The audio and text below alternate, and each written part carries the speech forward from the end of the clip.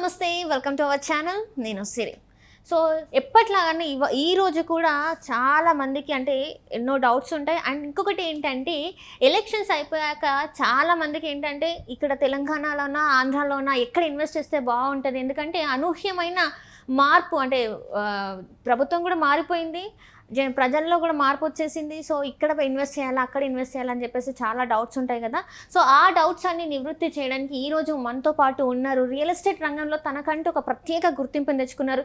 Any time మీరు consult అయినా కూడా మీ దగ్గర ఉన్న బడ్జెట్తోని మీరు ఎక్కడ ప్లాట్ ఆర్ అపార్ట్మెంట్ ఏది తీసుకున్నా కూడా మీకు బాగుంటుందని చెప్పే అంత రేంజ్ అనమాట సార్ది.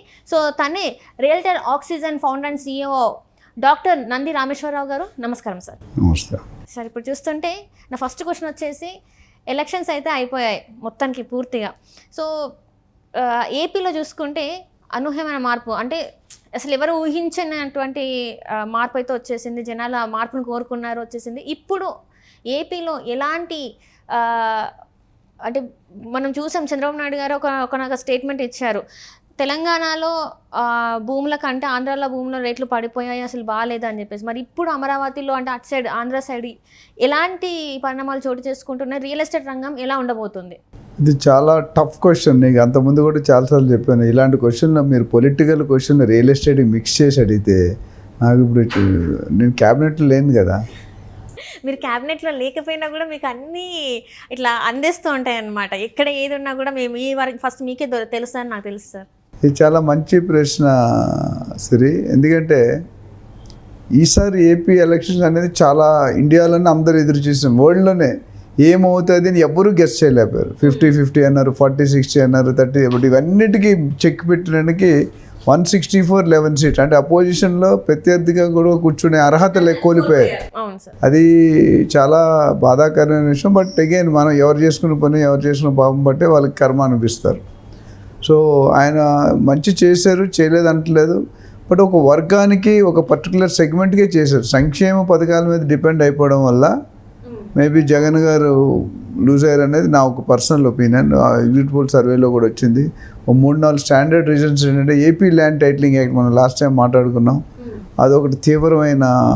చంద్రబాబు నాయుడు గారు జైల్లో పెట్టడం అనేది without any charge sheet legendary person world famous ఫిగర్ని పెట్టడం అనేది అంత ఆషామాషి కాదు. నాకు నిన్న విన్నది ఏంటంటే ఎవరైతే జగన్ గారి హయాంలో IAS IPS ఆఫీసర్లు చలామణి అయ్యారో వాళ్ళందరూ కలవడానికి వెళ్తే కూడా వాళ్ళు పంపించలేదండి, గేట్ దగ్గర నుండి తిరిగి పంపించారు కానిస్టేబుల్స్. అంత సీనియర్ లెవెల్లో ఉన్న వాళ్ళు కూడా అంటే ఎంత తీవ్రంగా దీన్ని ఖండిస్తున్నారో పరిశీలిస్తున్నారో చూసుకోవచ్చు. So we can't help. అయితే నువ్వు అడిగిన ప్రశ్నకి రియల్ ఎస్టేట్ అనేది ఏపీలో అట్టడుగు పడింది. ఎందుకంటే గత 5 సంవత్సరాలుగా ఫస్ట్ టైంలో చంద్రబాబు నాయుడు గారు చేసినప్పుడు planning, strategy, landscaping, designing, architecture అన్నీ చేశారు. అది ఊపందుకునే టైం కనిపడిపోయాడు, వాట్ ఎవర్ రీజన్.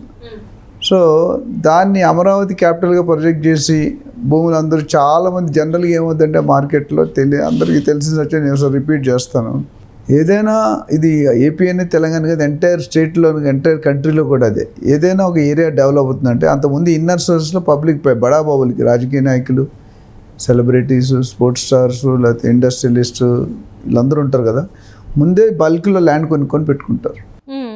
పెట్టుకున్న తర్వాత జీవో డిక్లేర్ చేస్తారు. అది ఆనవాయితీగా ఎప్పుడు నుండో గత 30-40-50 సంవత్సరాలుగా వస్తున్న ఫ్యాక్టరీ. సో అమరావతిలో కూడా అదే జరిగింది. చంద్రబాబు నాయుడు గారు ఇన్నర్ సర్కిల్స్లో వాళ్ళు డెవలప్మెంట్ తెలిసి అమరావతి క్యాపిటల్ అవబోతుంది అనుకున్న తరుణంలో అందరూ హెవీగా ఇన్వెస్ట్ చేయడం జరిగింది. అంటే చాలా పీనట్ రేట్స్లో కొనుక్కున్నారు. దాని తర్వాత ల్యాండ్ పూలింగ్, రైతులు ఎవరైతే భూమి ఇచ్చారో అమరావతికి వాళ్ళు. మీరు చూస్తుంటే కనుక జగన్ గారు వచ్చిన తర్వాత దాదాపు సంవత్సరాలు మొదటి నుండి చివరి దాకా కూడా ఈ లేడీస్ ఎస్పెషల్లీ అమరావతి రైతులు ఎవరైతే ఉన్నారో వాళ్ళందరూ కూడా సంవత్సరాల తరబడి సాక్రిఫైస్ చేసి స్ట్రైక్ చేస్తూనే ఉన్నారు. ధర్నా ఎంతోమంది ప్రాణాలు కోల్పోయారు. అది చాలా విషాదకరమైన విషయం. ఎందుకంటే అది అంత కరెక్ట్గా జరగలేదు. అది ఏదో వాళ్ళకి సొల్యూషన్ చూపించుంటే బాగుండేది. సో అదొక మెయిన్. ఇవన్నీ చూసుకుంటే ఇప్పుడు చంద్రబాబు నాయుడు ఏ స్టేజ్లో ఉన్నారంటే, నేను ఇందాక కూడా మన పొలిటీషియన్తో మాట్లాడుతూ చెప్పాను, ఆల్రెడీ 12-13 లక్షల కోట్ల అప్పు ఉంది ఏపీకి. అవును సార్. ఇది కాకుండా జగన్ గారు ఏవైతే స్కీమ్స్ సంక్షేమ పథకాలు పెట్టారో అదొక 70-80 వేల కోట్ల మేరకు ఉంది సంవత్సరానికి, అన్నీ కరెక్ట్గా అమలు పరిస్తే. పబ్లిక్ అకౌంట్లో బటన్ నొక్కితే డబ్బులు పడే కార్యక్రమాలన్నీ కూడా 75-80 వేలు ఉంది కోట్లు. అది కాకుండా చంద్రబాబు నాయుడు గారు మేనిఫెస్టోలో పెట్టింది 1,20,000 కోట్ల పైన ఉంది, రఫ్గా ఒక 5% రిటర్న్ ఉంది. అంటే 1,20,000 కోట్లు ప్లస్ 80,000 కోట్లు 2 లక్షల కోట్లు సంవత్సరానికి కావాలి. 5 సంవత్సరాలకి ఎంత కావాలి? 10 లక్షల కోట్లు. ఆల్రెడీ 12 లక్షల కోట్లు అప్పు ఉంది. అంటే మనం ఎంత డెప్త్లో ఉన్నామో నీకు అర్థమవుతుంది. సో స్టేట్ని ఫ్యామిలీని నడపాలంటే హెడ్ దగ్గర, ఫ్యామిలీ హెడ్ నాన్నగారు తాతగారు ఎవరుంటే వాళ్ళ దగ్గర డబ్బులు ఉంటే కదా ఫ్యామిలీ అన్నం తిని పడుకునేది. 5 ఏళ్ళు నోట్లోకి వెళ్ళాలంటే చాలా, ఇప్పుడు ఆ స్టేజ్లో లేము మనం వడ్డీ తీసుకున్న అప్పుకి వడ్డీ కట్టడానికి మళ్ళీ అప్పు తీసుకునే స్టేజ్కి వచ్చాం. ఇండియా కూడా ఒకప్పుడు పివి నరసింహారావు గారు, మన్మోహన్ సింగ్ గారు ఉన్నట్టు అదే స్టేజ్ ఉండేది. అక్కడ మళ్ళీ ఏదో అడ్జస్ట్మెంట్ చేసి మేనేజ్ చేసి బయటకు వచ్చారు. ఇప్పుడు మనం ఏపీ కూడా పరిస్థితికి వెళ్ళిపోయింది. సో రియల్ ఎస్టేట్ వరకు నాకున్న ఇన్నర్ సర్కిల్స్ ఇన్ఫర్మేషన్ వరకు కొద్దిగా టైం పడుతుంది. డెఫినెట్గా భూమి అవుతుంది, అమరావతి క్యాపిటల్ అవుతుంది. మిగతా స్టేట్లో మీరు చూసుకుంటే వైజాగ్ కానీ, గుంటూరు కానీ, తిరుపతి కానీ, నెల్లూరు, రేపల్లి, దాన్ని ఒంగోలు, బాపట్ల, చీరాల, విజయవాడ, ఇంకా అట్లా చాలా ప్లేస్లు ఉన్నాయి. ఎస్కోట, శ్రీకాకుళం, అమలాపురం, అనకాపల్లి, ఇవన్నీ కూడా వైజాగ్ మన ఏపీలో ఉన్న స్టేట్స్. సో ముఖ్యంగా గమనించేది ఏంటంటే అమరావతి ఫస్ట్ పుంజుకోవడం. ఆల్రెడీ యాక్చువల్లీ రేట్లు పీక్ వెళ్ళిపోయినాయి. అంటే ఎలక్షన్ కోడ్ డిక్లేర్ చేసిన తర్వాత సర్వేలు బట్టి అంచనాలు, ఎవరైతే ఇప్పుడు కేకే సర్వే, ఆర్ఓ సర్వే, చాలా సర్వేలు చేశారు కాబట్టి వాళ్ళ ద్వారా తెలిసిన ఏంటంటే టీడీపీ విన్ అవుతుందని ఆల్మోస్ట్ రూలింగ్ గవర్నమెంట్కి తెలుసు, నాకు తెలిసి, ప్లస్ అపోజిషన్ గవర్నమెంట్ కూడా తెలుసు, దెన్ అపోజిషన్ గవర్నమెంట్. సో అప్పటికే వాళ్ళందరూ సీట్లు సర్దుకొని బ్యాగులు సర్దుకొని రెడీగా ఉన్నారు. ఇవాళ కదా రేపైనా వెళ్ళిపోవాల్సిన, బయటకు చెప్పలేదు. ఎందుకంటే as a leader of the state leader we cannot accept certain things in పబ్లిక్లో యాక్సెప్ట్ చేయలేం. బట్ వాస్తవం అంటే ఎస్పెషల్లీ ఎగ్జిట్ పోల్ తర్వాత clear indication TDP is going to sleep.